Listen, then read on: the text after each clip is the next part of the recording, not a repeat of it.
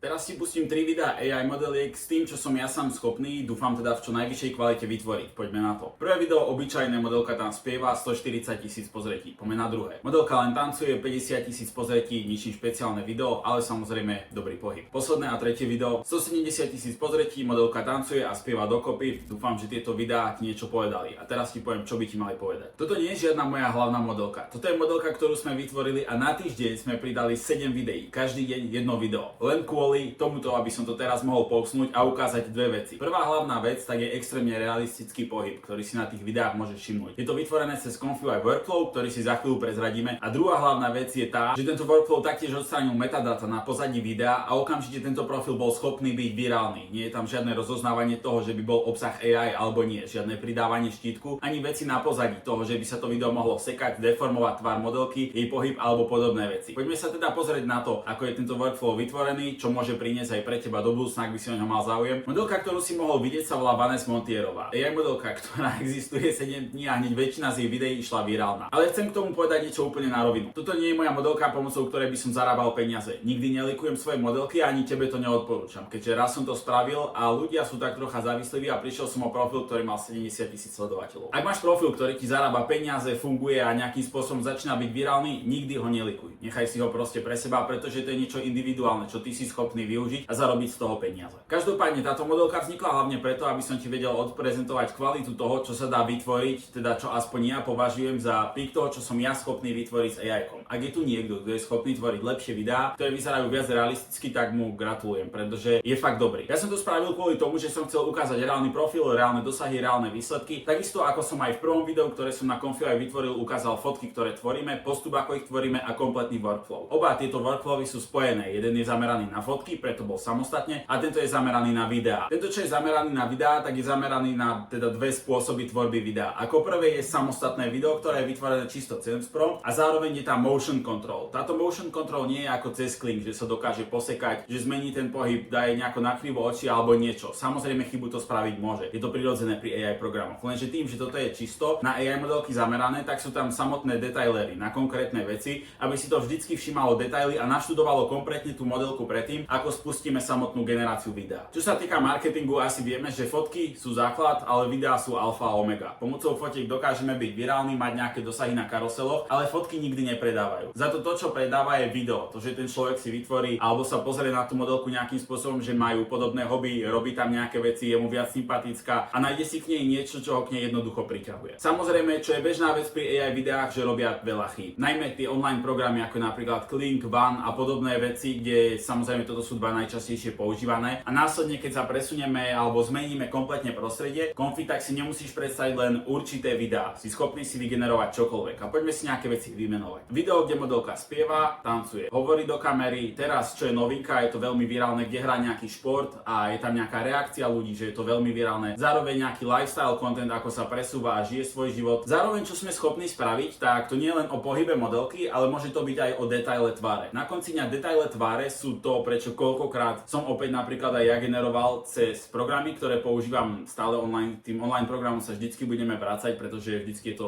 v odzovkách najrýchlejšie a najjednoduchšie. Každopádne chyba očí, zubov, úsmevov, nosu alebo nejakej deformácie tváre, tak to je to, čomu sa vieme kompletne vyhnúť pomocou face detaileru, ktorý tam je pridaný. Podľa mňa, alebo teda z mojej osobnej skúsenosti sú tri veci, ktoré rozhodujú o tom, či video bude virálne. Samozrejme, ako prvé musí byť realistickosť. Keď video jednoducho vyzerá ako AI, tak ho nikto nikdy nebude pozerať. S najvyššou štatistikou 99% nebude virálne. 1% virálne bude, ale neprinesie žiadnych platiacich zákazníkov. Druhá možnosť, čo je, tak je pohyb. Pohyb je alfa a omega toho, čo sa deje na tom videu. Keď už máme realistické video, ale ten pohyb sa poseká, vidno, že to nie je prirodzené, má tam náhodou najvyššie prst alebo niečo, tak to skazí celý ten efekt toho začiatku toho hooku, ktorý na tom videu je a vypracovali sme ho a následne ten výsledok nie je ani zďaleka tak dobrý, ako by sme chceli. A to posledné už som to naznačil, čiže tretie je jednoducho štruktúra videa. Sme schopní si vygenerovať menej kvalitné video cez online programy, ale keď to video má dobrú štruktúru, čiže nejaký hook, meet a CTA, tak aj video z online programov je bez problémov virálne. Je to bežná vec, môže byť virálne akékoľvek video. Samozrejme potom už sú tie metadata na pozadí, čo som už načetol, že keď to robíš vlastne na svojom workflowe, ktorý keď je upravený a má nejaký backend z toho, že odstraní metadata, že tam nenechá ten neviditeľný znak, ako napríklad necháva aj Nano Banana Pro, Klink, Van, všetky tieto programy nechávajú neviditeľné znaky na sociálnych sieťach, takže to cez to bolo vygenerované. Ale tento workflow ti to nenecháva kvôli tomu, že je custom spravený a my sme to tam pridali, aby to nenechávalo. Samozrejme, videá, ktoré majú realistický pohyb, sú vždycky tie najviac virálne. Poďme sa teda pozrieť na cost, a to je aká je cena ranovať vlastne ComfyUI workflow na videá. Fotky sme si už vysvetlili naposledy, opäť to tu spomeniem na fotky, je to cca euro 50 až 4 eurá. Nahodíš si workflow, prenajmeš si grafickú kartu online a platíš si a za hodinu si schopný si vygenerovať 50 až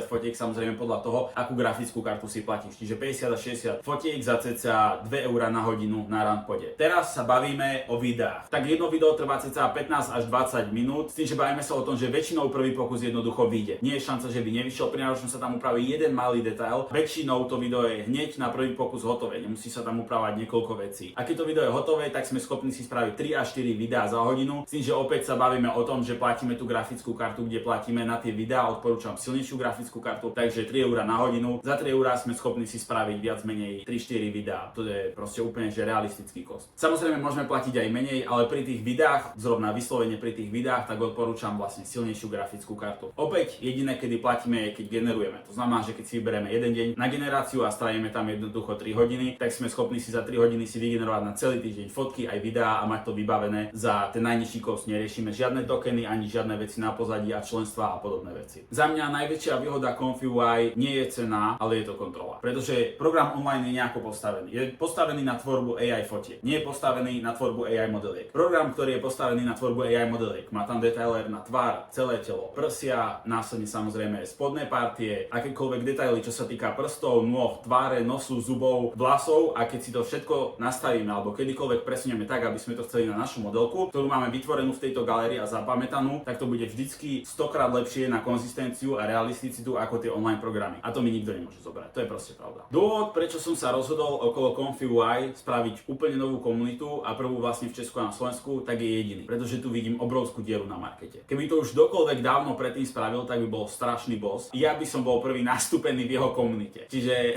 viac menej by som ja kúpil jeho komunitu. A teraz tým, že vlastne máme hotové workflowy, tie workflowy dávajú extrémne dobré výstupy. Môžeš to celý čas vidieť na tomto videu, ako používame tieto workflowy a zároveň aké sú výsledky toho workflowu. Tak ja som sa rozhodol vytvoriť tú komunitu. Mám tam už teraz 2 full-time adminov, ktorí sú neustále aktívni. Máme naplánované cally na najbližší mesiac. Každý jeden víkend je spoločný call, kde si prejdeme kompletnú generáciu, následne nejaké vylepšenia. Tento workflow je automatizovaný, čo je prvá vec, a za druhé, jeho stiahnutie vám bude trvať 5 minút, keď vám dodám celé materiály. A tretia vec, že sa neustále aktualizuje. To znamená, že tam, keď novinky pridám ja do vlastnej generácie, pridá sa to aj k vám do workflowu automaticky pomocou serveru. Čiže takto nejako to funguje. Pokiaľ to niekoho zaujíma, tak táto skupina bude za one-time payment, nie je to za žiadne mesačné členstvo a nie sú tam ani žiadne skryté upsely. Je to samostatná skupina, ktorú keď si človek raz kúpi, tak ju bude mať navždy. Samozrejme v tej skupine bude trebať aktivitu a tu už som aj vytvoril, pretože som ponúkol prvých 50 miest, ktoré sa vypredali za 2 dní, jak horúce rožky v mojej komunite, čo som vôbec nečakal. Ja som tomu dal týždeň, že za týždeň sa to možno naplní a za 2 dní to bolo plné. A teraz som sa rozhodol ďalších 50 miest otvoriť pre verejnosť, len aby ste mali metriku. Nie je to žiadne, že si to niekto musí kúpiť alebo tak. Posledná vec, čo chcem povedať, je, že toto nie je private group, toto je samostatná skupina, čisto čo sa týka workflow na ComfyUI. Nie je to pre úplného začiatočníka. Pre úplného začiatočníka odporúčam skôr online programy, len kvôli tomu, že nemá skúsenosti. Naber skúsenosti, nauč sa s niečím, čo je ľahké pracovať. Pokiaľ už si skúšal generovať modelky, minul si na tom kredity, vidíš, aké sú chyby týchto online programov a si rozhodnutý sa posunúť a spraviť maximum preto, aby si svoje modelky rozbehol a mal progres, v tom prípade je to pre teba. V inom prípade ti to skôr neodporúčam ako odporúčam. Samozrejme, v tej komunite sú tí admini a ďalší cháni. Navzájom si tam pomáhame a vysvetľujeme jeden druhému, keď má niekto s niečím problém. Lenže je to spravené tak, aby človek prišiel, stiahol si kompletný balík len nahodil online a mohol začať generovať. Nič viac, nič menej. Ako už sa mi vlastne stalo v minulosti, keď som zdieľal účet, tak dostal permu, tak aj na ten účet, čo som ukázal teraz na začiatku, dám dolu link. Dolu dám ďalší link, vlastne čo bude na checkout. V tomto checkoute je 4-minútové video, kde opäť vysvetľujem nejaké veci na pozadí v ComfyUI a čo máte súčasť tej komunity. Môžete si ho pozrieť. Samozrejme, dôležité k tomu dodať, pokiaľ máte nejaké otázky, môžete ma kontaktovať. Či už na Telegrame, alebo viac menej na